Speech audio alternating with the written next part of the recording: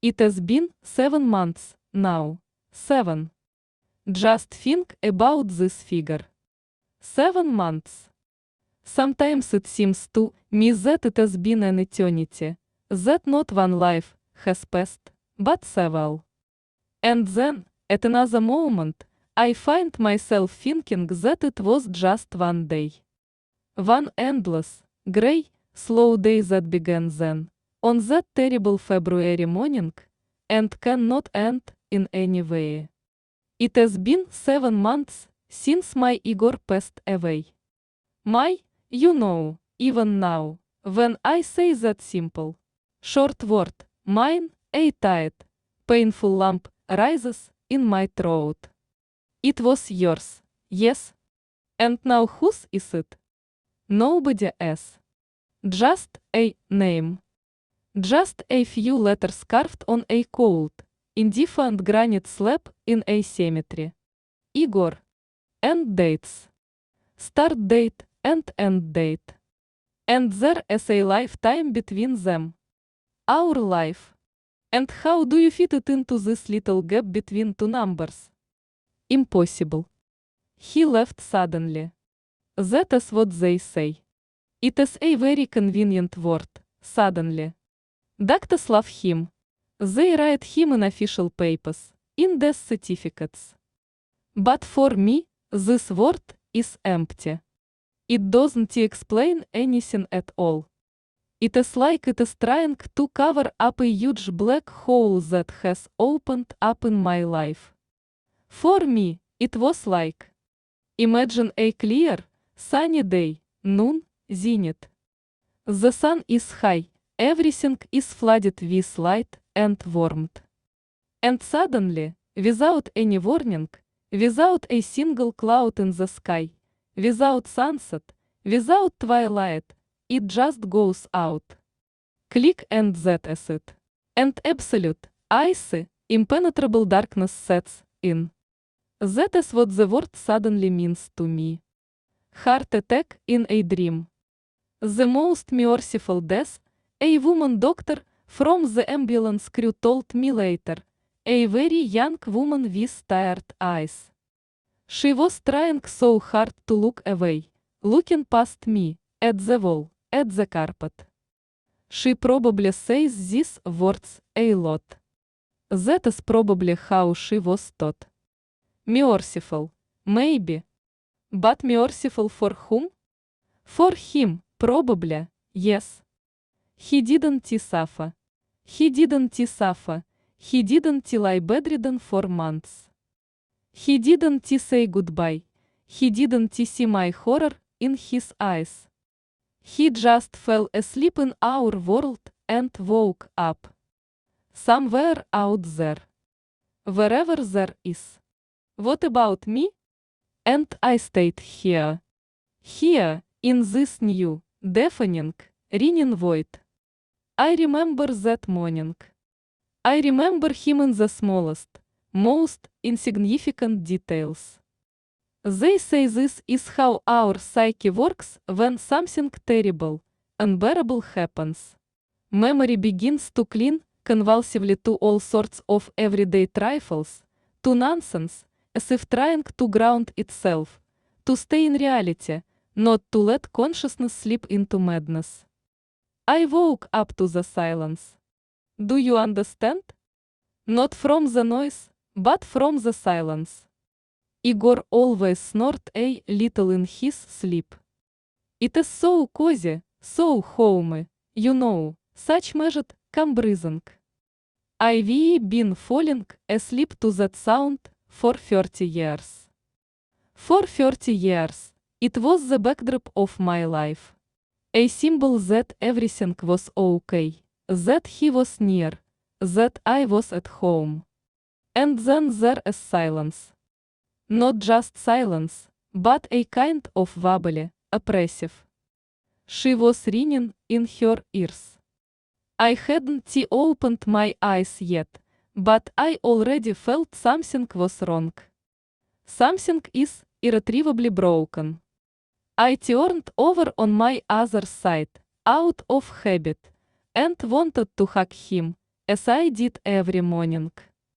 And stumbled into the cold. No, not just on the cool skin of a sleeping person. It was a different kind of cold. Icy, alien, somehow inanimate, as if I had touched marble. I've been feeling that cold on my fingertips for 7 months now. It is like he is ingrained into my skin. At that very moment, that very second, my world split in two. On before and after. And I realized that in the world of after I was left alone.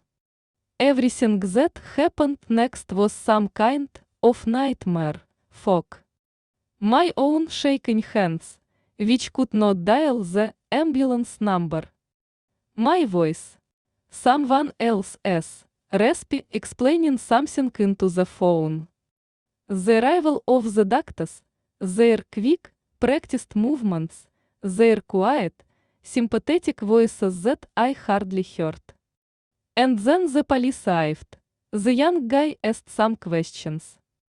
Have you complained about your heart for a long time? Did you take any medications? I answered something incongruously. It was like something out of a bad movie, as if it wasn't happening to me, but to some other woman. And I was looking at her from the outside, and I couldn't feel anything except this overwhelming cold. And now, 7 months later, I am still living in this movie. In our 2-room apartment, where it seems that even the air is saturated with him. Here every object, every little thing, not only reminds, but screams about him. Here is his chair. It was old, with a slightly worn right armrest, and he always put his hand on it when he was reading. Sometimes I go up and stroke this scarf. It still retains the warmth of his palm, it seems to me. He loved to sit in it in the evenings, with a book and a cup of tea. There is his cup on the kitchen shelf. With a silly drawing, a clumsy bear in a hat with ear flaps. They gave it to him at work for some kind of holiday. At first he grumbled about his childhood, and then he just drank from it. I wash it every day, wipe it, and put it back in its place. I can't bring myself to put it in the closet. It feels like a betrayal. And at the very threshold, in the hallway, there are his slippers. Worn out, homely. I look at them every day, walk around them when I wash the floor. And I can't throw them away. It is stupid, isn't it? I am an adult woman, but I am acting like a child. But it seems to me that if I remove them, then that is it. It will be the last point. It is like I am erasing the last thread that connects us.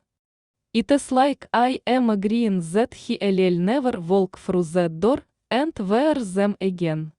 I was the only one left. All alone. Alone in this silence, which has now become my main enemy. Previously, silence was a relaxation and luxury for me. When Igor came home from work, we had dinner, talked, and then we could just sit next to each other and be silent. And it was such a good, warm, filled silence. The silence of two close people who don't need words to understand each other. We were together, and that was enough. And now the silence has become different. It presses on the ears, it fills the whole space, it forces the air out of the lungs.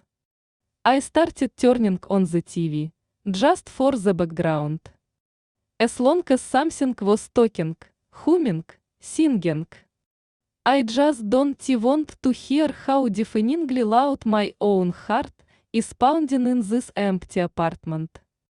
The neighbors, of course, were sympathetic. Where without it?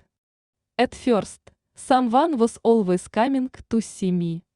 Antonina Ergeevna, our downstairs neighbor, got us dandelion, constantly brought pies. With cabbage, with apples, with rice. She put them on the kitchen table, stroked my shoulder with her dry, warm hand, and said the same thing. It, Alechka, you need strength. We have to move on. And I looked at these pies, at the ruddy crust, and thought, does she really believe that this will make it easier? What pain can you eat with a pie?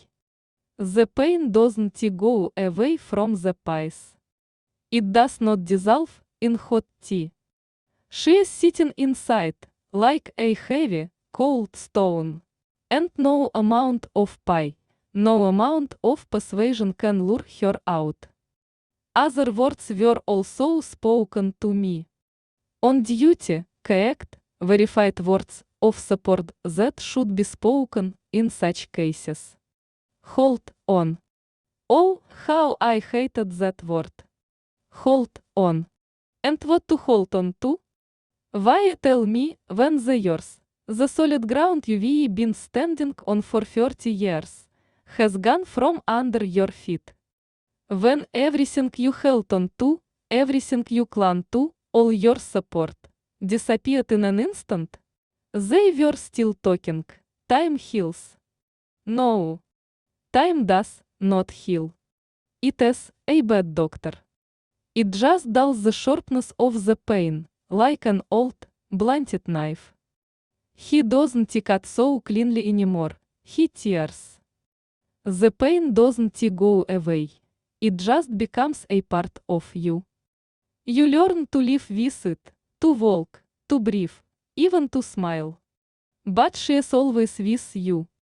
I listened to everyone, nodded, thanked them, even tried to put something like a smile on my face. And when the front door closed behind them, I would go into the kitchen, grab a pillow from the couch, bury my face in it, and howl soundlessly into the pillow, so that no one could hear. So as not to cause anyone any trouble with their grief. And you know what is weird? Of all the neighbors in our stairwell, and we have 4 apartments per floor, only one person did not say all these unnecessary, correct words to me. Viktor Petrovich. He lived right across the street, in the same 2-bedroom apartment as ours. Retired. Formerly an engineer from some kind of closed, secret factory. He always looked stern, dry, and fit. He always walked with his back straight, like a stick. His face was full of wrinkles, but these were not kind, laughing wrinkles at the corners of his eyes, but sharp, deep furrows, as if carved from stone. He divorced his wife a long time ago, and they didn't seem to have any children. He always seemed to me to be a closed person, unsociable, even a little cold.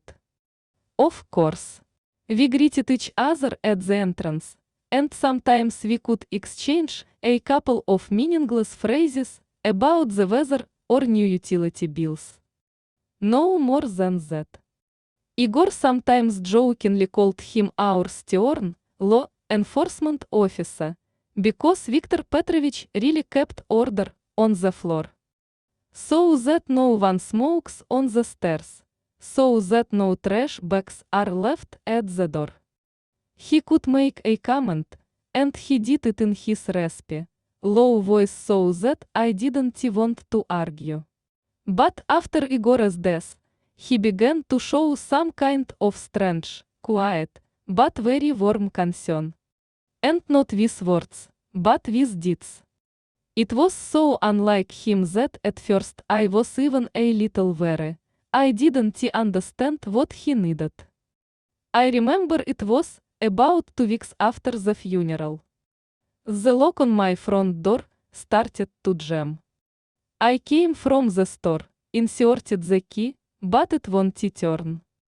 I fiddled with it, tugging, almost crying from impotence, from anger, and from a new wave of overwhelming loneliness. Earlier, Igor would have approached, turned something there with one confident movement, and everything would have been fixed.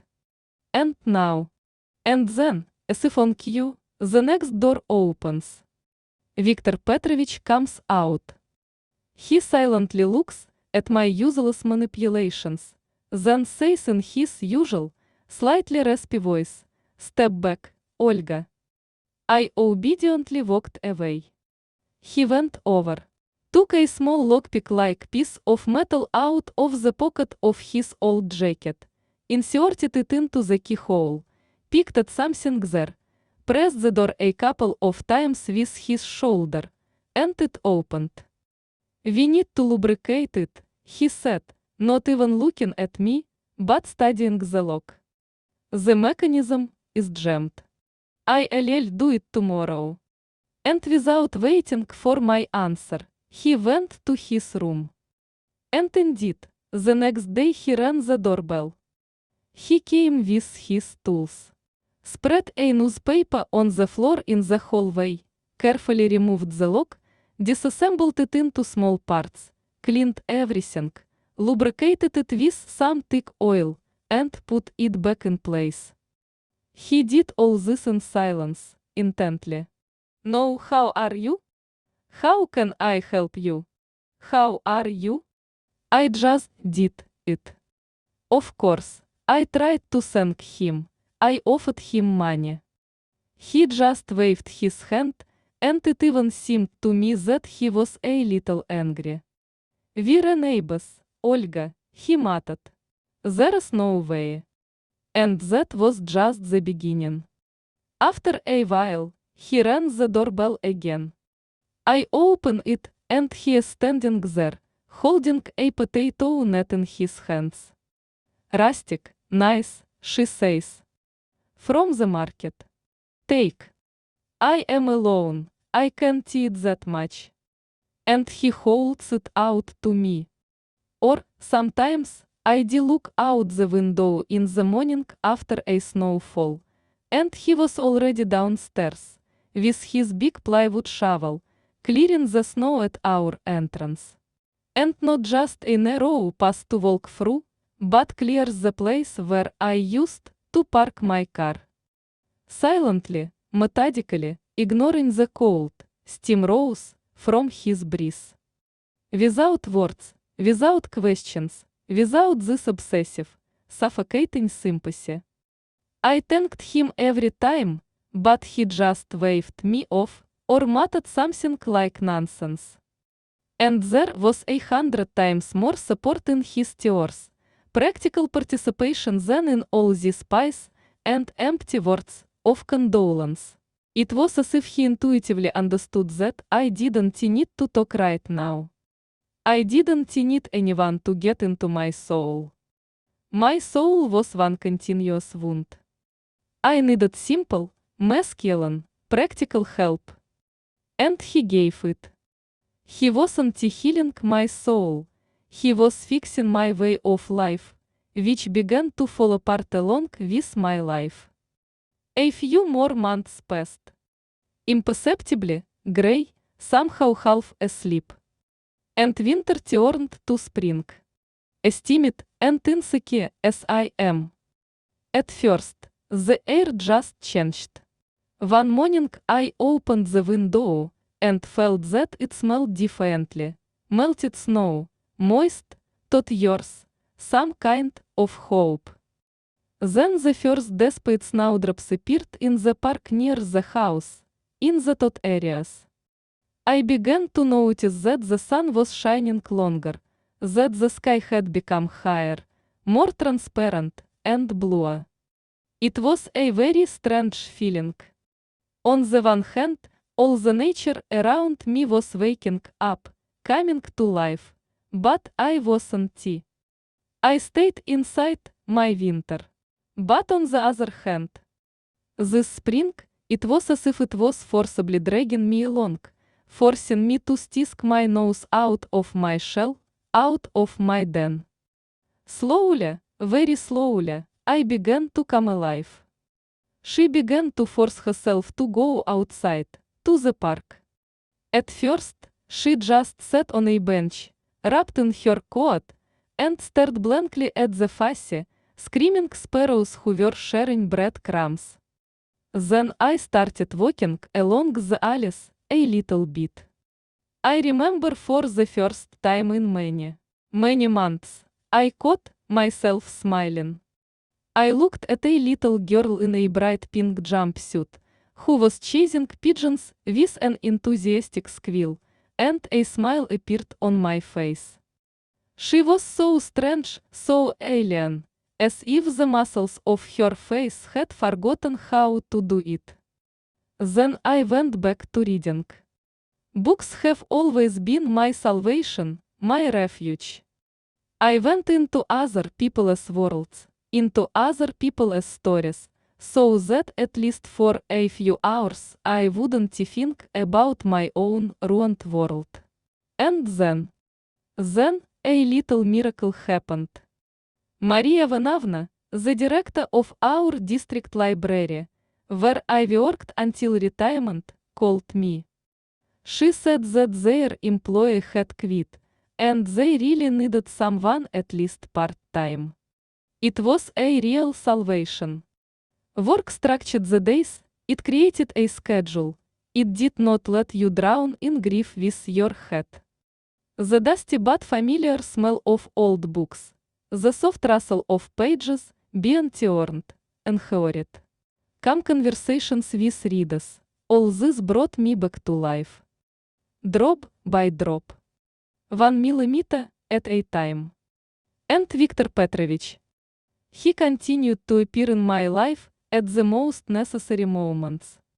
It was as if he had some kind of internal radar that would unmistakably trigger when I was feeling particularly hard or lonely. Sometimes I'd come home from work, and I'd feel such longing, such hopelessness, that even a wolf would howl.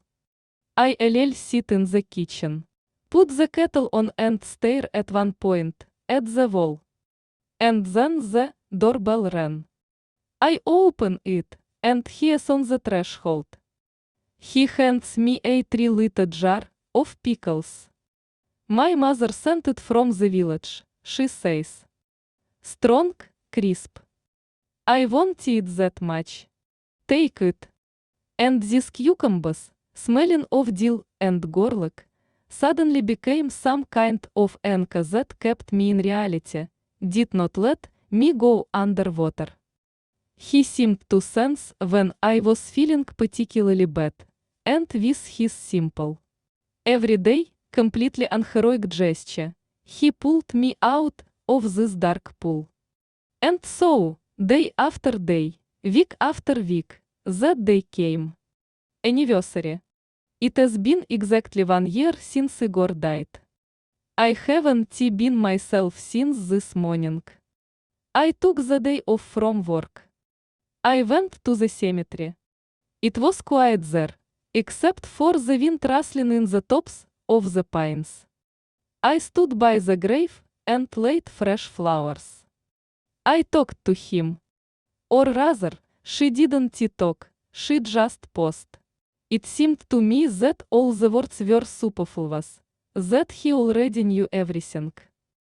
I spent the whole day in a kind of vacuum. I was sorting through his things, which I still did not dare to give away. I was looking at our old photos on the computer, crying. By the evening, I was completely exhausted, both mentally and physically. Empty, exhausted. I decided to go to the store, just to get out of the house, to change the situation. Buy bread and milk to distract yourself. To do something meaningful. It was getting late returning from the store. Lanterns were lit on the street, their yellow light reflected dimly in puddles. There were almost no people. I went up to my floor, took out the keys, put them in the lock and couldn't turn it. The door wouldn't open. I pulled once, twice. The keys stuck tight. And at that very moment, on that very day, I was overwhelmed by such a wave of despair, such hopelessness. It is cold outside. There is a milk carton in my bag, and I can't get into my own house. On a day when everything is already wrong, when the whole world is against me. I was already starting to panic. I felt tears coming to my eyes again. And at that moment, as always, as if by some invisible signal, the next door opened. He came out. Viktor Petrovich. He looked at me, at my pathetic attempts to cope with the lock, and said in his usual calm tone, "Your lock is acting up again. Give it to me." He came over and silently took the keys from my hand. I stepped aside, leaning my back against the cold wall of the entrance, and suddenly felt like a little, helpless, lost girl. He did some magic with his hardware, pressed the door a little with his shoulder, and a minute later there was a saving, loud click. The door opened. He didn't leave right away. He followed me into the hallway to make sure everything was in order. "Maybe I can place it for you tomorrow?" he said, examining the old mechanism. "I just have a good, reliable one. This one is completely worn out." "Thank you, Viktor Petrovich. You're helping me out a lot, as always," I said. The voice was trembling and wouldn't obey. He stood a little longer at the threshold, but for some reason did not leave. There was an awkward, unaccustomed pause in the air. He had never gone beyond the threshold before. Then he coughed and reached into the inside pocket of his old, worn jacket. He took out a package wrapped in plain gray wrapping paper. "I've been thinking," he began somehow uncertainly, looking not at me, but somewhere to the side, at the wall. "It has been exactly 1 year since Igor died." I nodded silently. I was amazed. How does he remember? I didn't tell anyone, I didn't remind them. I didn't want to interfere, he continued, just as quietly, almost in a whisper. But I did something. It is probably stupid. But maybe you a little need to. He handed me a package. It was unexpectedly heavy. I started unwrapping it automatically. The paper rustled in my trembling hands. There was a book inside. It is thick, with a dark blue, hard, as if velvet cover with gold lettering. Without a name. Just a dark blue book. I looked at him in complete disbelief, then back at the book. When I opened it, I froze. I saw pictures. Mine and Igor's. Our. Here we are at sea, about 20 years ago, young, happy, laughing, squinting from the bright, southern sun. Here we are at the cottage, he with skewers on which kebabs are steaming, I with a huge bouquet of wildflowers.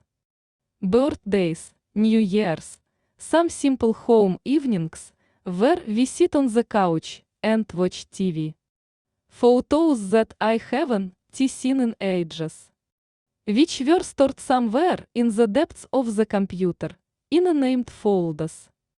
But it wasn't just a photo album. It was much more than that. Every page, every photo was accompanied by words. Not him, Viktor Petrovich, but Igor.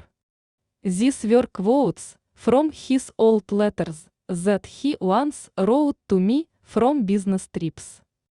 Funny phrases that he often repeated, his favorite jokes. There were dates and short captions under each photo. Соучи, 1998. Do you remember, Оля, how we got lost in the mountains and ate wild cherry plums? Our first New Year in this apartment, 2005. The tree was crooked, but we were happy. Your anniversary. You're so beautiful here that it takes your breath away. Thoughts, memories. It wasn't just a book with photographs. It was the book of our lives. I looked up at him, my eyes full of tears. I didn't understand anything. From where? How did he do it? I knew him, Victor Petrovich said softly, answering my mute, frozen question in his eyes. He and I sometimes talked here, on the stairs, while you were at work or at the store. About this and that. About fishing, about politics. About the grandchildren we both didn't have. He was a good man. A very good one. And he loved you very much. Always, in every conversation, he somehow managed to say something about you. He spoke with such warmth. I still couldn't say a word, just stared at him. And the photos. He coughed again, he was clearly uncomfortable with this conversation. I once saw a flash drive on your desk when I was helping with the computer, remember? You asked for an antivirus, but it was malfunctioning. Well, I copied the folder with the photo. And then I did it slowly. I selected them, came up with signatures, and recalled his words. I ordered it to be printed at the printing house. I hope you don't mind. I wanted the memory to stay. Not on a cold monitor screen, but so that you can hold it in your hands. Do you understand? I stood there with this heavy book in my hands and couldn't say a word. My throat was so tight that I couldn't breathe in or out. There were tears in my eyes, but I didn't cry. They just flowed down my cheeks, hot, endless. This harsh, unsociable, prickly-looking man, he has done more for me than all my relatives and friends combined. He didn't say the banal hold on. He didn't bring the pies that made me sick. He spent months of his time, his attention, his soul to piece together my life, my love, my memory, and give it to me on this most terrible day. He did something absolutely priceless. He gave me back my Igor. Not alive, no, there are no miracles, but real. Alive in my memories. Thank you. I could only whisper with my lips. That word sounded so pathetic, so insignificant compared to what he had done for me. He just nodded. Once, briefly, like amen. And without waiting for anything else, no answers, no further thanks, he quietly left, closing the door behind him. But he didn't close it. He left it slightly ajar, as if making it clear to me that I was not locked in my grief alone, that the door to the world remained open. I remained standing in the dim hallway, clutching this book to my chest like the most precious treasure. Then, as if in a dream, she went into the room, sat down on the sofa, in the very place where Igor always sat. I opened the book and immersed myself in our lives. I flipped through page after page, and the years passed in front of me. I smiled through my tears, remembering those moments. I could almost physically hear his laughter, his voice, reading the captions to the photos. And for the first time in this endless, terrible, icy year. I didn't feel this overwhelming, killing loneliness. After his death, I thought I was alone in the universe. That my story was over, and there was only a grey, empty, meaningless eternity before my own end. But life. It turned out to be more complicated and wiser than I thought. She showed me that sometimes help, real human warmth, comes from the most unexpected side. From the person you least expected from. And a single act, one quiet, modest, low-key gesture can bring light and warmth back to where the cold seemed to have settled long ago and forever. I sat hugging this book, and I felt not only the pain of loss, but it didn't go away. But next to her, for the first time this year, I felt something else. A huge, bright, warm thank you. Gratitude for having him in my life. And for the fact that there are people in the world who can preserve his memory. And at that moment, for the first time, I clearly realized that I could move on. Not forgetting, no. And having kept all this in my heart, I can.